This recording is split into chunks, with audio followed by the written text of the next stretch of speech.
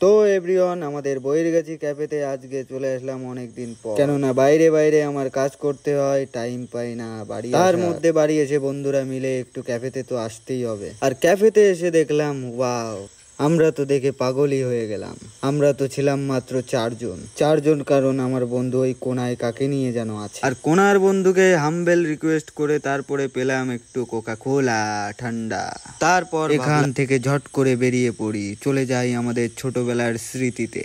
Cycle বেরিয়ে চলে আসলাম আমাদের স্কুলের সামনে মাঠের দিকে। আর এই সেই স্কুল যেখানে ক্লাস 5 থেকে 12 পর্যন্ত খুবই মজা করেছি। আর এই সেই মাঠটা যেখানে আগের মতো মজা পাচ্ছে, কেননা সব বন্ধুরা নিজের কাজে ব্যস্ত। আর তার মধ্যে খুবই গরম লাগছে, বন্ধুরা থাকলে লাগতো না। और इतनी गर्मी में भाई नंगा हो गया ठीक है, लेकिन साइड में ये भाई गेम खेल कर गर्मी में गर्मी बुला रहा था। कुछ नहीं बोल रहा था क्योंकि मैं एक टाइम पे बीजीएमआई के पास। তারপর সিনটা চেঞ্জ করে বাড়ির দিকে রওনা দিলাম, কেননা মাঠে কেউ ছিল না আর সবার কাজে সবাই ব্যস্ত।